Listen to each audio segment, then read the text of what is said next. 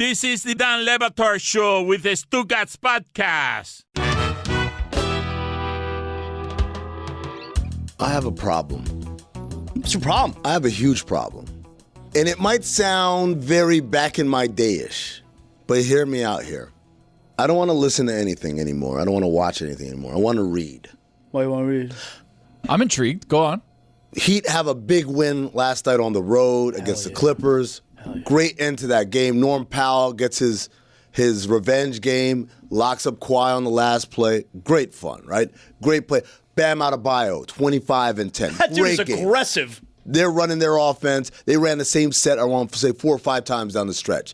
Clippers had no answers. You know what I wanted? I was like, you know what? Big win. Norm Powell, revenge game. I wonder what they said after the game. So I'm trying to find a transcript of the post-game comments. That way I can read, I can make notes, I can copy and paste, ready for the show. Everything is a YouTube video. I don't want to watch no video, man. I ain't got time for that. I want something I can look, read, refer back to, look away, look back at. Not like, oh, hold on, let me rewind it again. What did he say? Oh, yeah, he said that. I'm tired of this. I got a little something for you. Yes. Wait till you find out about YouTube's transcripts feature. You go onto the transcripts and you read them, and they're long, yeah, but Fair? you get the whole thing. Yep. Now, it's not doing no weird, funky AI thing. No. Where it calls It's them legit. banned Adebayo or something like that. Oh, no, sir. I also got a website to share with you that also you can pull YouTube transcripts from that I use often. Very nice. Because I'll tell you a big deal for me. People are like, oh, did you so-and-so reported this? I'm like, well, I'm following them on Twitter. I'm reading I'm The Athletic. I'm into it. Like, where? They're like, oh, they said it on a podcast. I'm like, I'm not listening to a podcast. If it's not the Dan Batard Show, it's Stugotz or Cinephobe or Basketball Illuminati or Here's the Science, a Bar Rescue podcast. And even those, you don't really listen. You talk in them. I listen to Cinephobe every single episode. After you record it? Because it drops like weeks later. So, But you lived it. oh my God, but to relive it, mwah. You're the Greg Cote of the day. Oh my God. Speaking of that, I don't know where he is. Well, there's traffic because there's a big thing happening, and Yeah, I'm but sure the big thing's tomorrow, though. It's not today. It's tomorrow. I can't wait.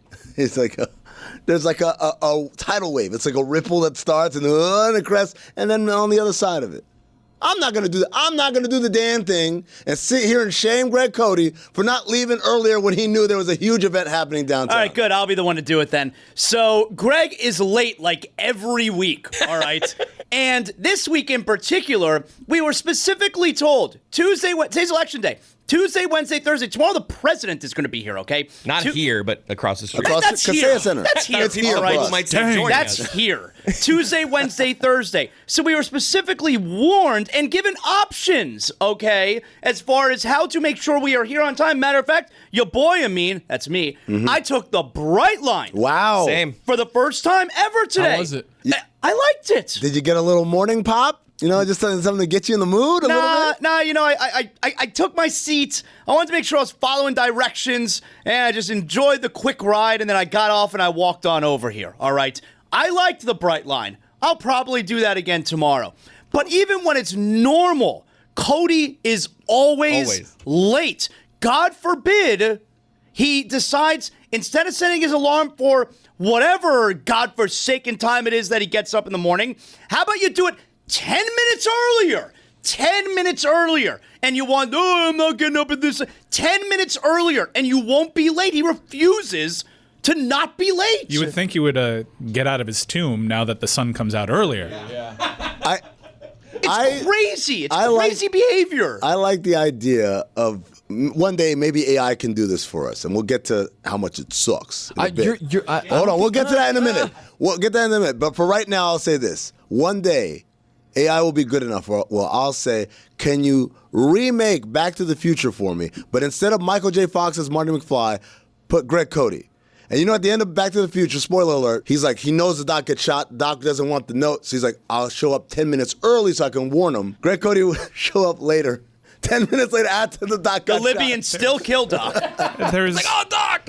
there's no punitive measures. At a certain point, you need to bench the center that keeps having the false start, guys. No one's even asking him to be here for a production meeting. No. Just be here for the show. Just be here in time. I don't know. In front of that microphone. I don't know, man. I think sometimes you got a star player. You let the star player. Sometimes we hold that bus, man.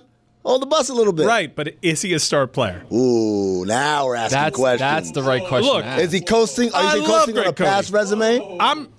He's a rotational guy. Wow. He's a great locker room guy. I think of him as like Udonis Haslem. His jersey's going to the Raptors. We could argue to build a statue for the man.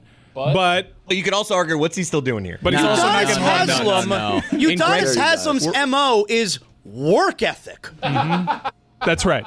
In Greg's defense, I would argue this is more of a Kawhi Leonard situation. Yeah, Which is that I'm this with is you. a superstar, and when he's there, you're feeding him the ball. But he's in and out of the lineup, and you can even question why is It's he in and out of the UD. lineup. It's such a great point. Joel Embiid Wow, situation. really? He's got like 20 minutes in him. Okay, maybe more It Joel can also Embiid. be Kawhi in that it's a Hold on. contract no one else wants. What about took money this? on the side? Hear me out on this.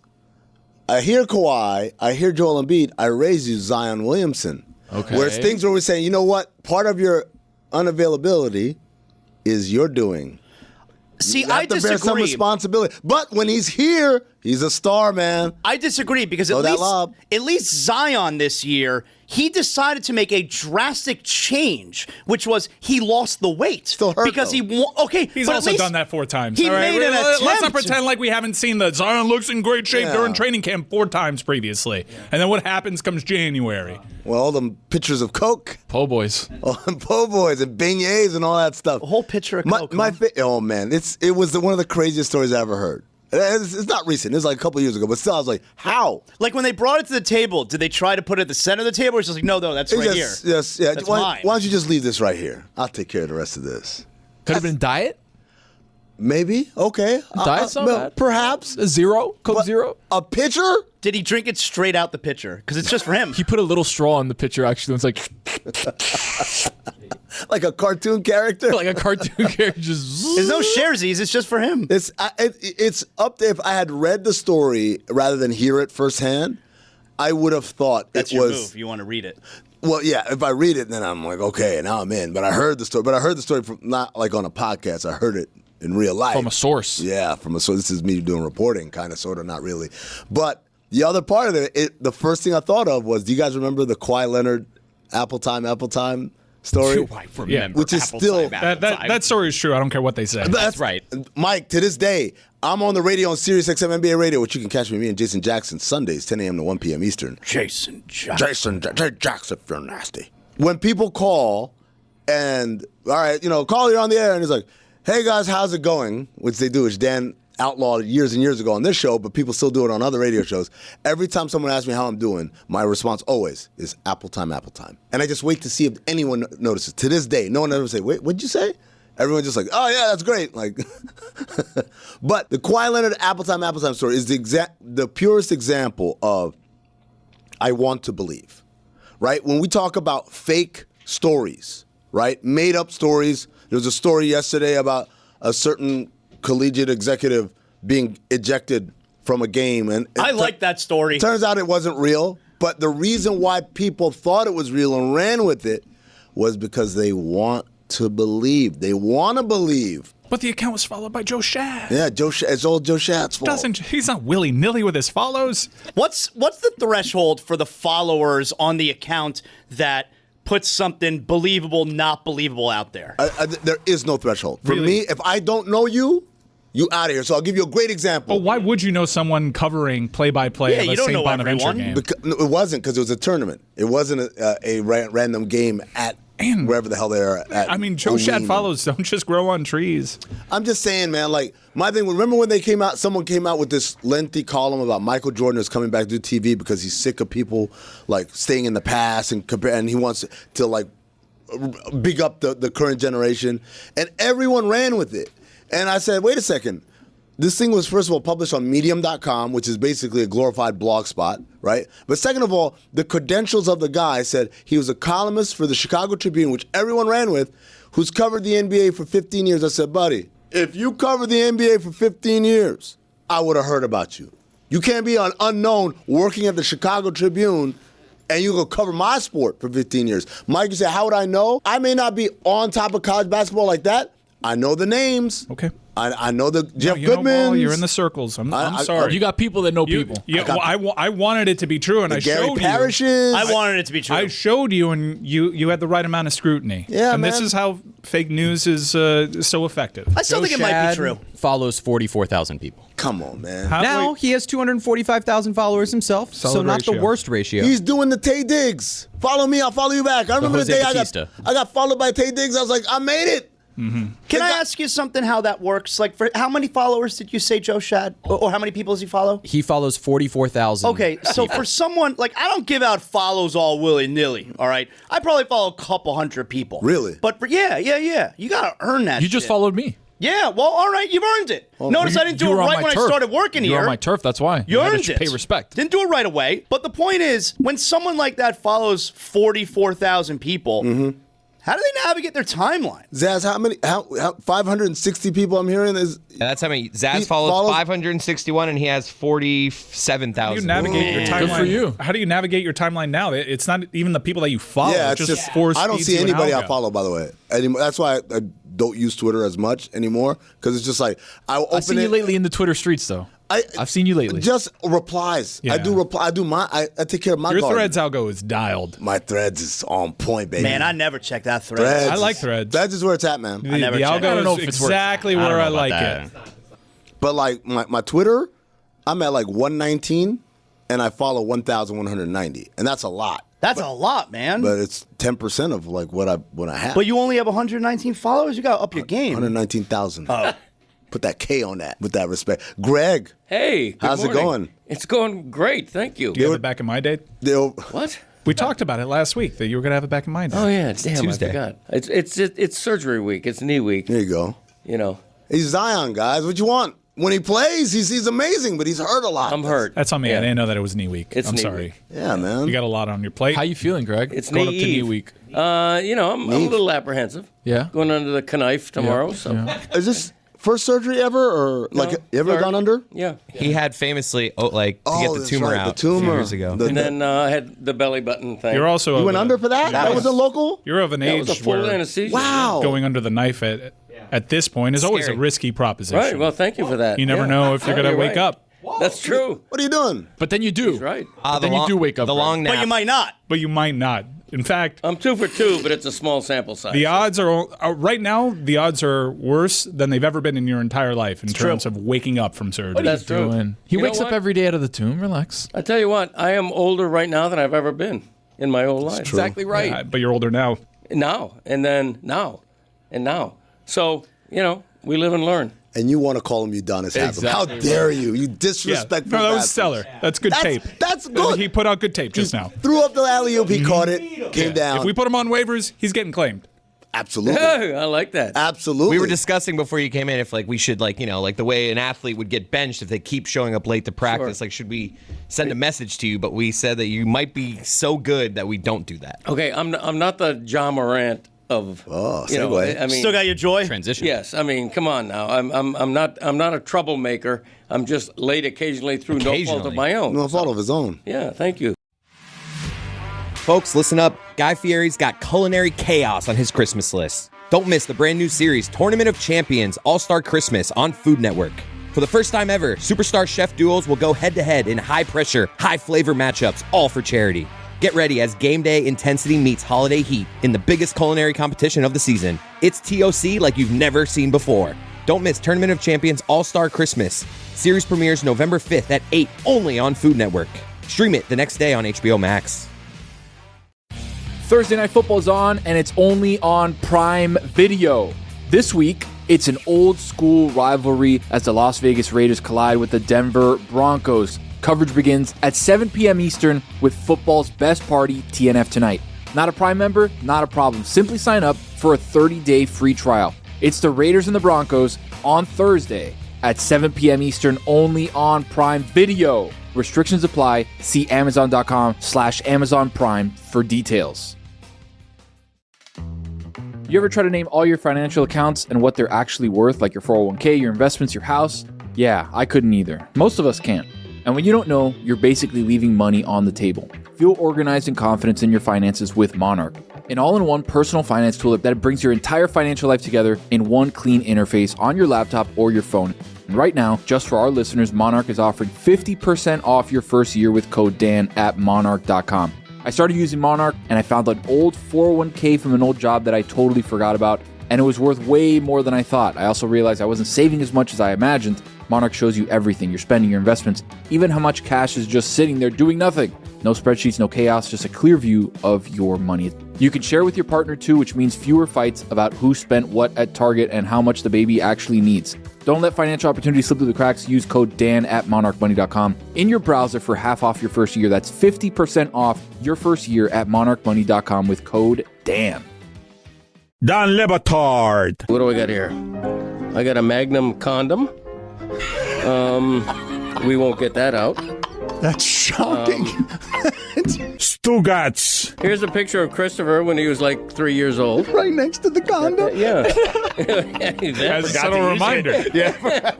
Never forget. This is the Dan Batard Show with the Stugotz.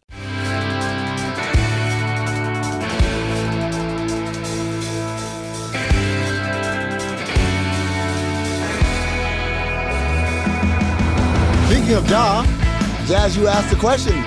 Has Greg Cote lost his joy because Ja told the press that he lost his joy? It's unbelievable. Can we play the audio here? So last night, Ja Morant, he made his return, 1 game suspension, and he returned last night, did not play well. He was like, I don't know, he's like 3 of 14 or something.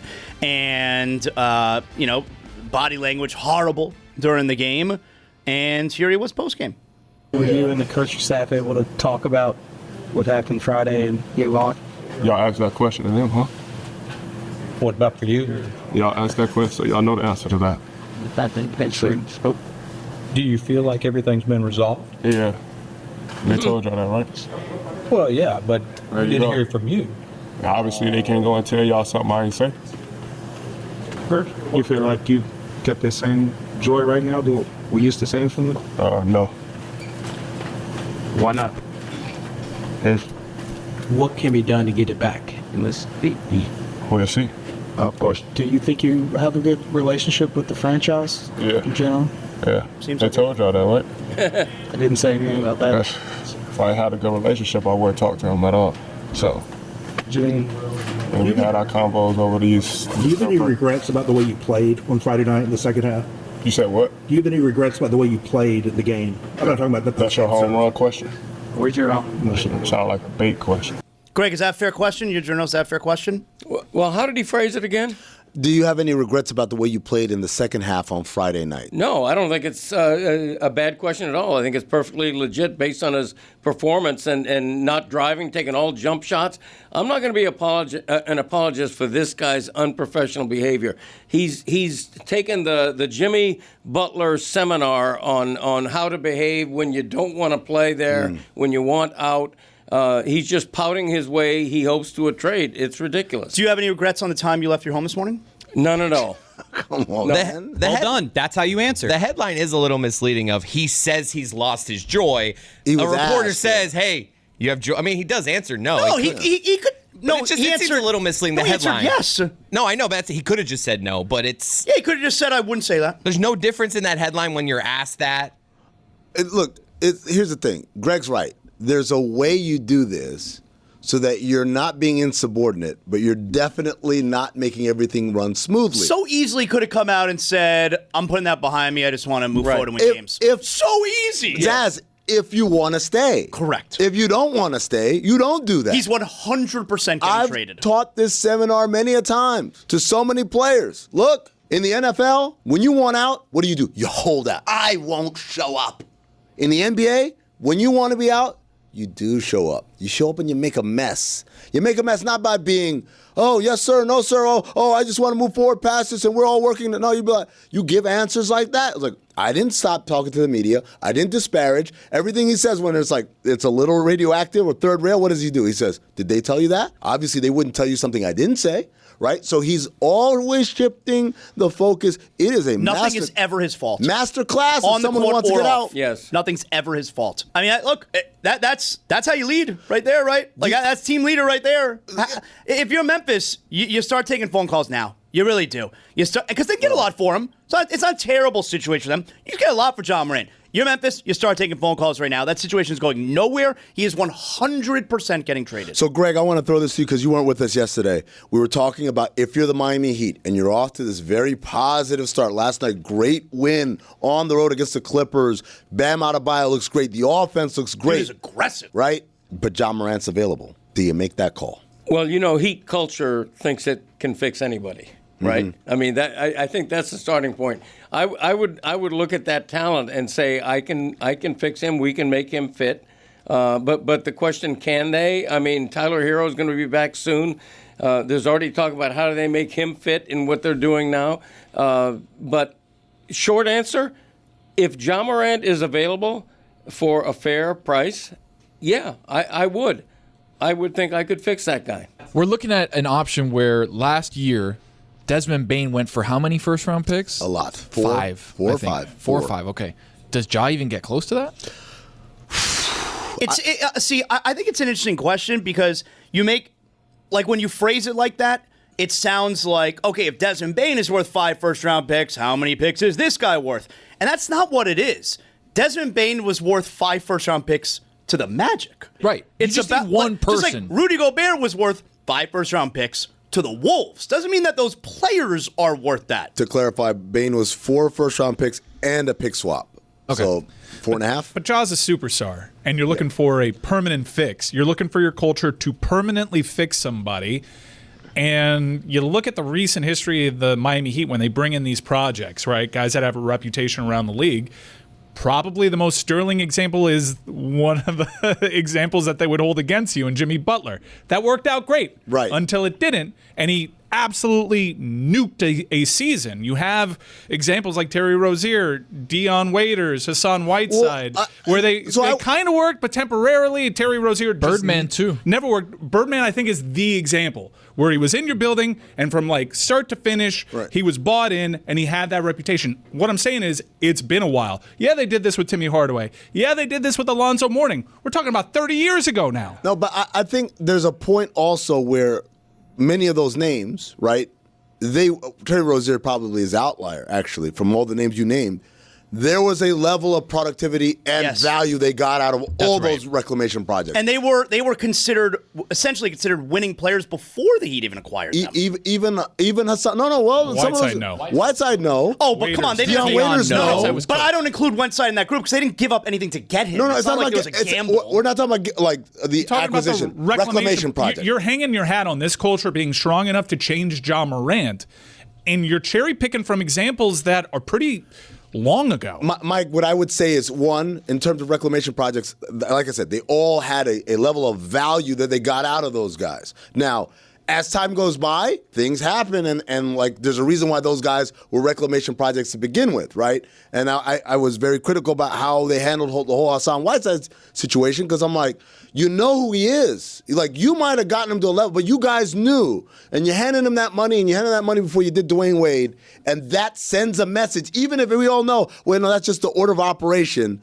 You know, for a kid like that, he's not going to see it. It's like, oh, yeah, I'm the man now, right? So there's that. The second thing also is, of all the reclamation projects, where would Ja Morant stand in terms of talent and potential in the moment? Greater than Jimmy Butler was at the time. Yes. So, like, he's younger. We were arguing, is Jimmy Butler a superstar? Yeah. When Ja is right. We're not having that argument. Right. We know. Well, I think I would call Ja Morant a budding superstar, a can-be superstar. And he's played himself into that because 2 years ago, no doubter. Right. Yes, but he's coming into his prime. He just turned 26. And I think the Butler analogy is apt because this is a team with a short window. And if they get 4 or 5 big years out of Ja Morant, that's fine. You don't expect to have this guy when he's 35. Well, he's 26. Mm-hmm. He's smaller, but super explosive. Mm-hmm. And we have some examples at that position of smaller, explosive guys like John Wall, wear and tear. It'll age poorly. Right. You hit your prime. It's been said you hit your prime in the NBA at 27. You're a fully formed player at that point. Can't shoot. It's hard for guys to get better after that age. So we have a guy that for 2 years, there's been off-court stuff, but a diminishing player given where the hopes and expectations were. Yep. This is not exactly, given everything that we know about him, and when you include the concerns you might have about this guy relies so heavily on his athleticism, this isn't a slam dunk trade to make. I agree. So this is what I would say. First and foremost, that's the biggest concern to me. It's not his attitude or off the court stuff. This is his games played. 67, that was a shortened season due to COVID. 63 out of 67 second year. Third year, 57 out of 82. Fourth year, 61 out of 82. Fifth year, 9 out of 82. Sixth year, 50 out of 82. This year, obviously, 6 out of 6. So, we're talking about a guy, you can't even stay on the court. That's number one. I think it was on a podcast or on Twitter, that Ja hasn't played 7 consecutive games since 2023. Like that. That's not because of suspensions or whatever. That's because he's not healthy. And part and parcel of that is what Mike is talking about. He's a great athlete who has, respectfully, my build. He's about my height and probably around my weight, maybe a few pounds less because I've had a lot to eat since I got here. And he's getting in trouble in Memphis. Now we're going to move him to Miami. I don't discount Memphis as a troubled town. Okay, but I count Miami as a town that there's a lot more to do. Yes, but then my rebuttal to you is, again, knowing this organization, how many people have actually gotten in trouble? That's right. Here. Look, we have a really good security staff. I know, but it's not about what you did. That one time it was, in the hotel. Yeah. Thank God for Mario Chalmers is all I want to say. It's not about what you did, it's what you get caught. Quick time out here to talk to you about the official ticketing partner of the Dan Le Batard Show. Speaking, of course, about Game Time. The Game Time app gives the advantage back to you fans. It's the hack for unlocking amazing tickets and experiences in just a few taps. It's incredibly easy to use, and the Game Time guarantee means you'll trust that you'll get 100% authentic tickets on time and at the best price. Plus, fees are always included, so what you see is what you pay. They got favorites, they got zone deals, they get panoramic seat views, my favorite feature, the low price guarantee, and Game Time's unparalleled ticket coverage, which means your purchase is covered with the most flexible customer service policy in the ticketing industry. Take the guesswork out of buying NFL tickets with Game Time. Download the Game Time app, create an account, and use code DAN for $20 off your first purchase. Terms apply. Again, create an account and redeem code DAN for $20 off. Swipe, tap, ticket, go. Download the Game Time app today. What does Zyn give you? Not just smoke-free nicotine satisfaction, but real freedom. Freedom to do what you love and choose your rewards. With Zyn Rewards, you can redeem points for premium tech, outdoor gear, and gift cards to your favorite retailers. Find your Zyn and keep finding rewards that fit your lifestyle at zyn.com/rewards. Warning, this product contains nicotine. Nicotine is an addictive chemical. Folks, fuel your game day with the unbeatable crunch of Hampton Farms, the official peanut of bowl season. Perfect for sharing with friends, tailgating outside the stadium, or cheering from the couch. Grab a bag from the produce aisle of your local grocery store and savor the game one peanut at a time. Let's get nutty. Dan Le Batard. You are a fool. You're nobody. You are an infant. You have no thick nobody skin. to me. I literally put together Mike a Ryan freaking stage for your toenail. nobody I to me. am your career right now, pal. No. Look at me. No. I am your career. No. Stugotz. You have messed with McDavid, and now you're messing with me, and I'm more dangerous, pal. This is the Dan Le Batard Show with the Stugotz. Ironically, one of the other fits that would make sense in terms of a swap, where you could take two guys who maybe aren't living up to exactly what those franchises wanted, it would be Trae Young for Ja Morant. I think that Ja Morant to Atlanta. That's smart. Yeah, that actually that really works. Yep. Unfortunately, Trae is out for like a month right now. All right, so let's take some examples that might be a little bit better to compare to. Miami's had opportunities and sniffed around acquiring James Harden at this point multiple times. Russell Westbrook was available, I remember, and I think at the center of both those trades we were wondering, do you give up Tyler Hero for this player? And I think maybe here we are again.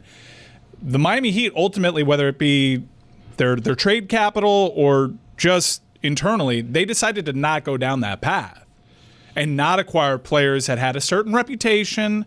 Westbrook was one of these players that was getting up there that relied heavily on his athleticism, even though he was actually, if you want to be encouraged by Ja Morant, the durability of Russell Westbrook, though their frame is different. Yeah, it's different. No, it's a different beast. Yeah, but the Miami Heat decided, for better or worse, to not go all in on those moves. So can we forecast what they decide to do with Ja Morant here? The problem is, what the inherent risk, again, I don't think the risk that you're weighing is, he's a knucklehead, he won't get along, he won't buy in. He's not healthy. He hasn't shown the ability to stay healthy. And his play might be starting to decline.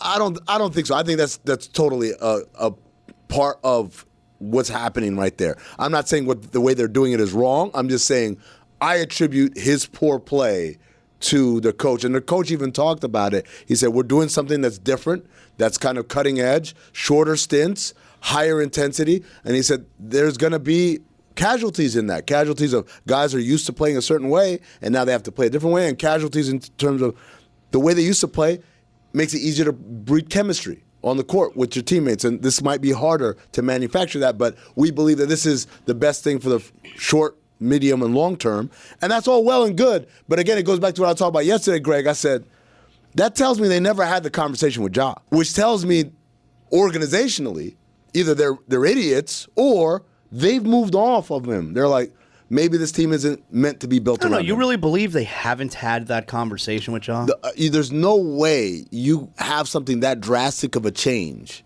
and you're not, like, your star player is not bought into that. You can't do that. You cannot say... Well, they can't force him to buy into it. Yes, then you don't do it. That's the point. I remember when Don Nelson was the head coach of the Knicks. Greg, you remember this, right? It was a short stint, and they were above 500. But Don Nelson was like, we're not going to give the ball to Patrick Ewing anymore. We're going to give the ball to Anthony Mason, and he's going to initiate offense.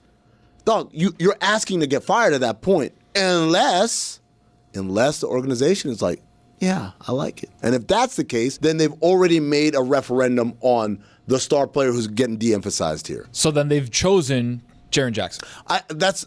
To me, or they're idiots. They could be idiots. You always leave that door open. I'll give you a positive example of this. The Toronto Raptors with Dwayne Casey and Kyle Lowry and DeMar DeRozan, they'd win 50 games. They'd win the division. They'd go to the conference finals. They'd lose in the playoffs to LeBron every single time. Dwayne Casey's last year, he says, guys, they were a very ISO-heavy ball club. So we're not going to win like this. We're not going to win with the ball in your guys' hand. We won 100 pick and rolls. We have to have more of a motion offense. But you know what he did? This is before their season had just ended. He took Kyle Lowry and DeMar DeRozan to the NBA Finals to go watch the Warriors play. He said, that's how I want to play, moving like that. You see how Steph is off ball, how much that's how we need to play if we're going to break through to the next level.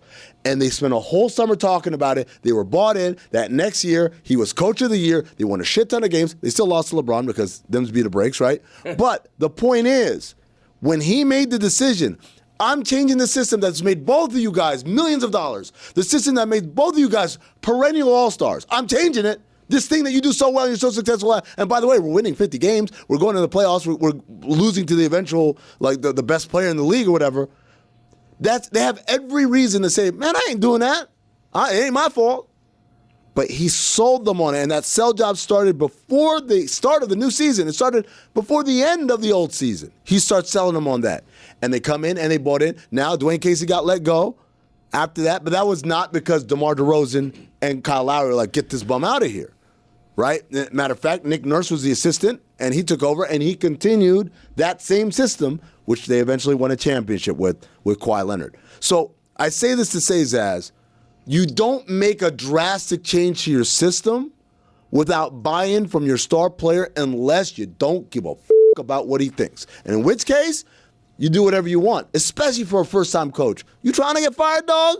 You want to piss off the best player in the locker room? Well, maybe they don't care what he thinks. But that's my point. Maybe they don't care. That's my point. Maybe it was two things. They don't care what he thinks because, A, if he doesn't like it, we will then deal with it. We're kind of tired of him anyway. Or he may not like it right now, but he's going to like it when it works.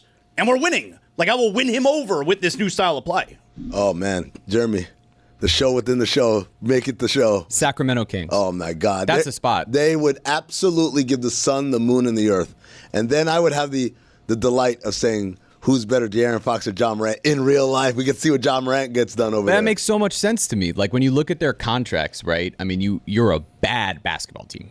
And you have $47 million in Zach LaVine. You have $42 million in Domantas Sabonis. You have $24 million in DeMar DeRozan, 18 in Monk, 15 in Schroeder.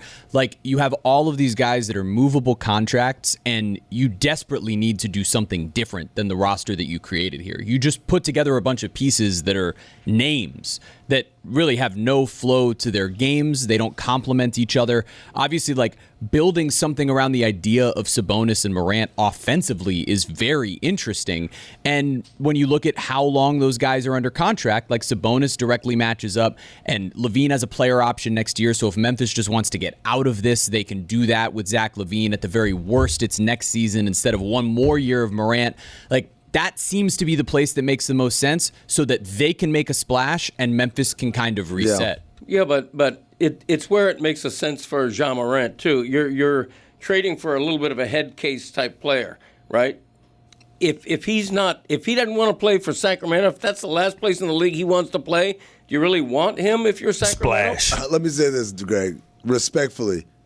He's playing in Memphis. You don't really get to be a chooser at that point. Like, no, he wants out. No doubt about it. But my point is Sacramento is a step up. Everything is a step up off of Memphis. I also feel like he believes a step up is going to be wherever he can go, that they do whatever he wants. Where he wants to play. He play the way he wants to play. I think that's the big thing. I'm looking at this through the Heat lens right now. If you're the Heat, it's about fit and cost. Can you make him fit? Does he want to play for you? Is the team sold on it? What does Captain Bam say? I think everybody has to be on board, and if the cost is right, then you go for it. You're not going to trade Hero and 2 first-round picks, but if the cost you wouldn't is right, have to. I think they would. Every time. I don't think they would. I don't think they would. I hear you. We might be a Norm Powell team right now. Oh, we might Norm Powell. I love Norm Powell. We might be. He's great, man. That's a likable player right there. That's a likable I could root for that guy. But I will say, every time we've had these debates and we're like, no, let's stay. We don't need that guy. It's come back to haunt this franchise. And then the same complaint is there lobbied often by me. We got to do something. Now, the something might have been Norm Powell.